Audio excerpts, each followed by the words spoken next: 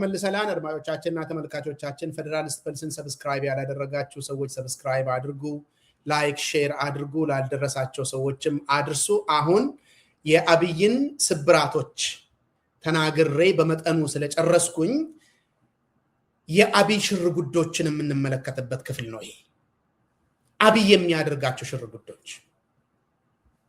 ምንድናቸው እነኚህ ሽርጉዶች አንደኛ የፈረንሳይ ፕሬዝዳንት የመጣበት ሳምንት ነው አሁን እኔ የማወራበት ሳምንት ማለት ጉቴሬዝ መጣ ብሎ አብይ የሚናገርበት ጊዜ ነው እነኚህ ነገሮች መደበቅ አንፈልግም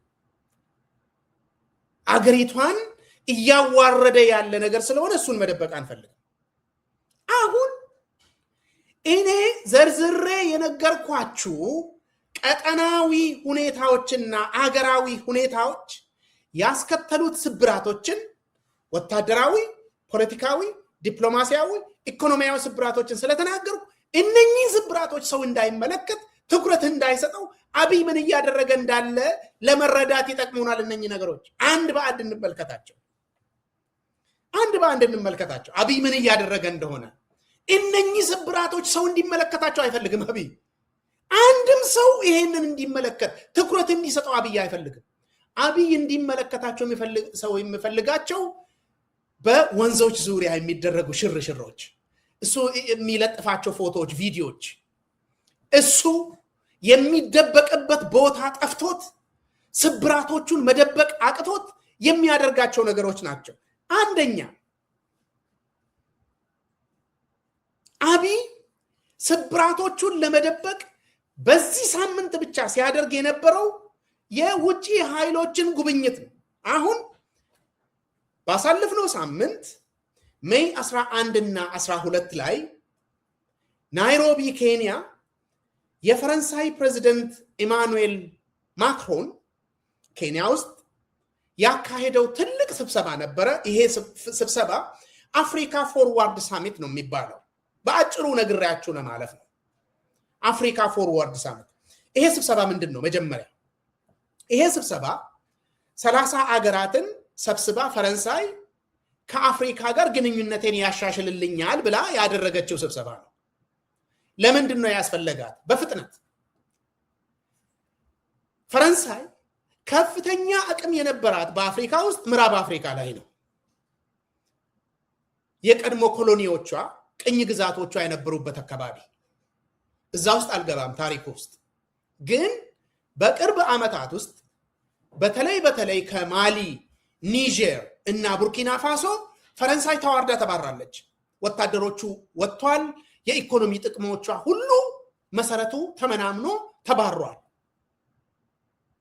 ከፍተኛ የፖለቲካ ድጋፍ ያገኙ ያሉት የቡርኪና ፋሶ የማሊ እና የኒጀር መሪዎች ከፍተኛ ድጋፍ ያገኙ ያሉት ፈረንሳይን ባባረሩበት እርምጃ ነው ስለዚህ ፈረንሳይ አፍሪካ ላይ ያለውን የንግድ እንቅስቃሴ የፖለቲካ እንቅስቃሴ የኢንቨስትመንት ሁኔታዎችን ጥቅም ለማግኘት ያላት አማራጭ አዲስ አይነት ግንኙነት መፍጠር ነው ይሄ ፕሬዝዳንት በቀረችው ጊዜ ውስጥ እሱም ድጋፉ በጣም ተመናምኗል ሀገር ውስጥ በቀረችው ጊዜ ውስጥ ለሀገሩ ጥሩ ግንኙነት የሚሆን ነገር መሰረት ጥሎ ለመሄድ ነው ይሄንን ያደረገ ነው ነገር ግን እዚህ ጋር አንድ ጥያቄ አለ አብይ ማክሮን ሁሉ ጊዜ ጓደኛዬ ነው ብሎ ነው የሚያወራው እውነትም ደግሞ ብዙ ነገር ረድቶታል ይሄንን ማሳነስ አልፈልግም ብዙ ነገር ረድቶታል እስከ ዛሬ ድረስ አብይ የባህር ኃይል ገለመሌ ብሎ የሚጨፍርበትን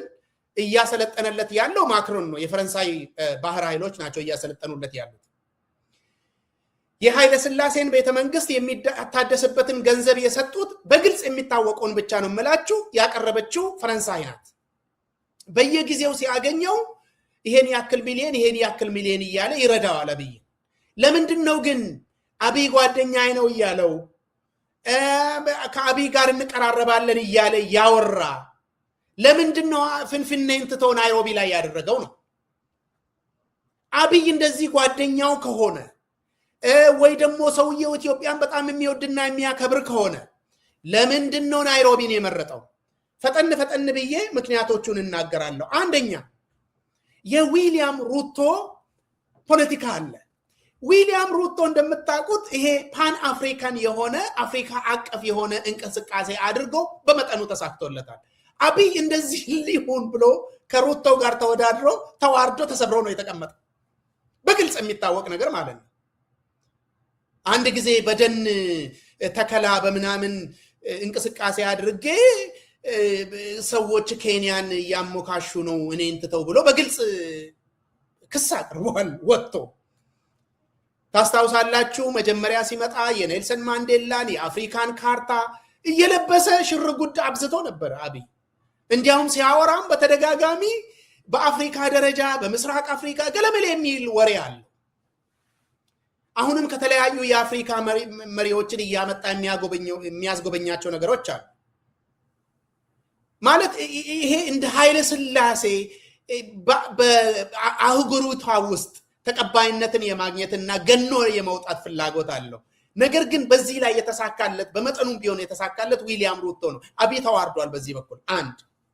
ስለዚህ ያንን ክብር ወስዶ በዛ ተጠቅሞ ነው ይህንን ስብሰባ ለማድረግ የወሰነው ማክሮን። የተዋረደው ሰውዬ ጋር የሚመጣበት ምክንያት የለውም። ሁለተኛ ናይሮቢ በተለይ በአሁኑ ሰዓት ለኢንቨስትመንትና ለንግድ ከፍተኛ የሆነ የዲፕሎማሲ ሀብ ሆና ነው ያለችው። ኬንያ ያው ነጋዴ የሆነች ሀገር ናት። ከፍተኛ የሆነ የብዙ ዓለም አቀፋዊ ድርጅቶች መናኸሪያ ናት።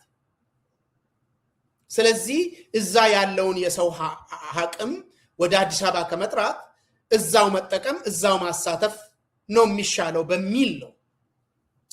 ሶስተኛ ከፊንፊኔ ጋር በአንጻራዊነት ሲታይ ናይሮቢ የሰዎችን ደህንነት የሚያስፈራራው ነገር የለውም።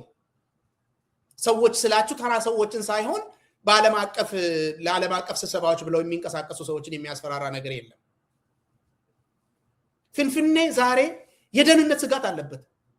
ይሄንን ምዕራባውያኑ ያውቃሉ። ማክሮን ከአብይ በላይ ወሬ አለው በዚህ ጉዳይ ላይ። ሰው ኪድናፕ እንደሚደረግ እንደሚጠለፍ ከፊንፊኔ ታጣቂዎች በፊንፊኔ ዙሪያ እንዳሉ እንደሚንቀሳቀሱ ጥቃት ሊፈጸም እንደሚችል መረጃ አላቸው።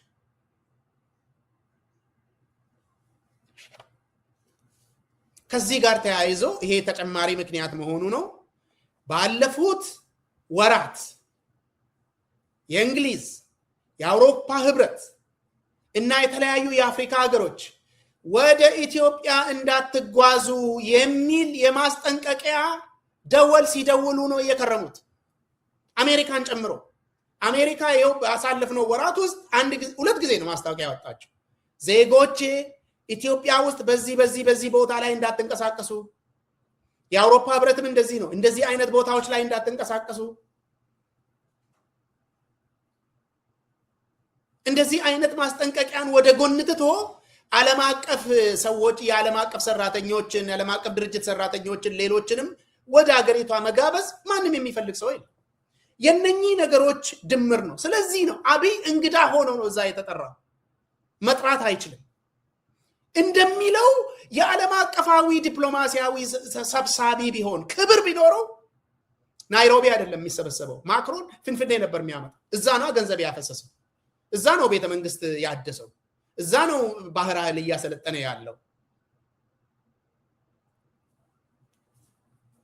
ማክሮንን ለምነው ነው ባክህን ፍንፍኔና ብሎ ለ3 ነው ለ4 ሰዓት አቆይቶት የሄደው አብይ። ይሄ አይነተኛ የአብይ አህመድ ስብራት ማሳያ ነው። ክብር አይደለም፣ ለምኖት ነው። እባክህን ፍንፍኔናና ታይ ፎቶ ተነስተን ትሄዳለህ፣ ግድ የለህም። ለስራ አይደለም። ልብ አድርጉ። ሰውየው ያለውን ስራ ናይሮቢ ላይ ሰርቷል። አብይ ራሱ ስብሰባ ተጠርቶ እንግዳ ሆኖ ሄዷል። ማክሮንን ግን ለምኖት እባክህን። ለምንድን ነው ሄደው? ቅድም አሰምቻችኋለሁ። የኢኮኖሚ እድገት እዚህ አገር ላይ ያለውን የኢኮኖሚ እድገት ይሄው እነ ጉተሬዝ መጥተው አድንቀውልኛል። ድንቅ ነው እዚህ አገር ላይ ያለው የኢኮኖሚ እድገት፣ አሜሪካኖች ድንቅ ነው ብለዋል፣ ማክሮን ድንቅ ነው ብለዋል። ይሄው ነው፣ ምንም ሌላ ነገር የለው። ምንም ሌላ ነገር የለው። ይሄው ነው። ለዚሁ ነው የሚፈልጋቸው። ምንም ሌላ ነገር የለም። ሌላ የሚያገኘው ነገር የለም። ይሄንን ነገር ያደረገው አብይ ማክሮንን ያመጣው ጉተሬዝን ያመጣው ሽርጉዱ የታየው ፎቶ የተለቀቀው ቅድም የዘረዘርኳቸውን ስብራቶች ለመደበቅ አንድ ሁለተኛ ስብራቶቹን ለመደበቅ እየተንቀሳቀሰ ያለው አብይ የምርቃትና ይሄ የውጪ ሰዎችን ጨምሮ ማለት ነው የምርቃት ጋጋታ አለ ሰሞኑ ፍንፍኔ ላይ የሆነ ምርቃት አለ አሁን ኮቶቤ አካባቢ የሆኑ በካርቶን የተሰሩ ቤቶችን ሰራና ኢንዱስትሪ ገነባን እዛ ነው ቅድም ያሰማቸው ንግግር ያደረገው አብይ እዛ ላይ ተናግሮ አድገናል ይሄው ኢንዱስትሪ እየከፈትን ነው እያበለጸግን ነው አጓቢ ከለከሉንም እኛ እንደዚህ ያደግን ነው ይሄንን እያደረገ ያለው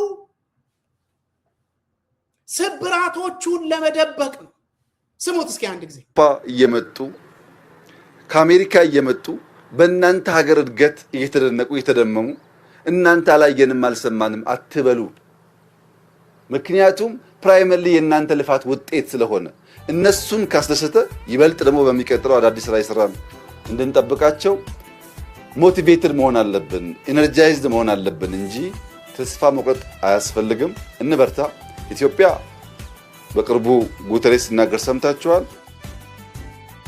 ጉተሬስ ሲናገር ሰምታችኋል አብይ እያደረገ ያለው ስብራቶቹን ሰው እንዳያይበት የፖለቲካ ስብራቱን ሰው እንዳያይበት የኢኮኖሚ ስብራቱን ሰው እንዳያይበት ወታደራዊ ስብራቱን ሰው እንዳያይበት በተለይ ሀገር ውስጥ ያለው ሰው እንዳያይበት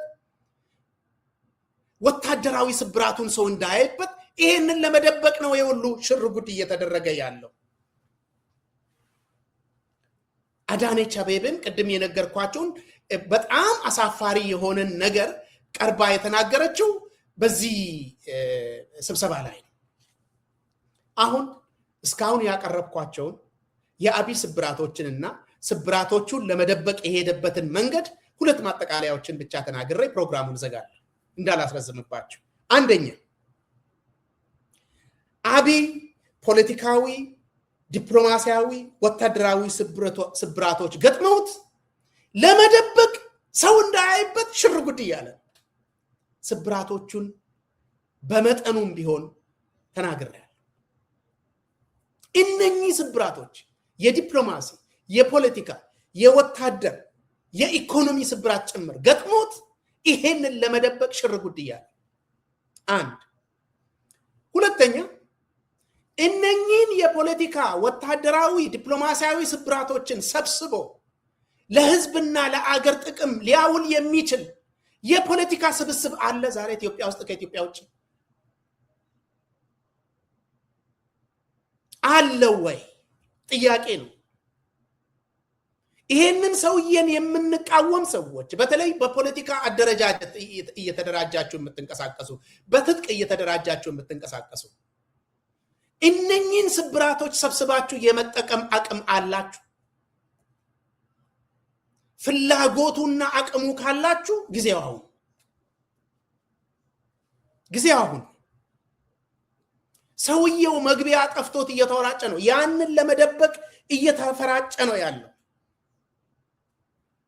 እኔ እነኚህን የፖለቲካ ወታደራዊ ዲፕሎማሲያዊ ስብራቶችን በመሰብሰብ የህዝብን ትግል በሚያሳድግበት ሁኔታ የአገርን ጥቅም በሚያስከብርበት ሁኔታ መጠቀም ይቻላል ባይነኝ እስካሁን ድረስ ግን አቅሙን አላየው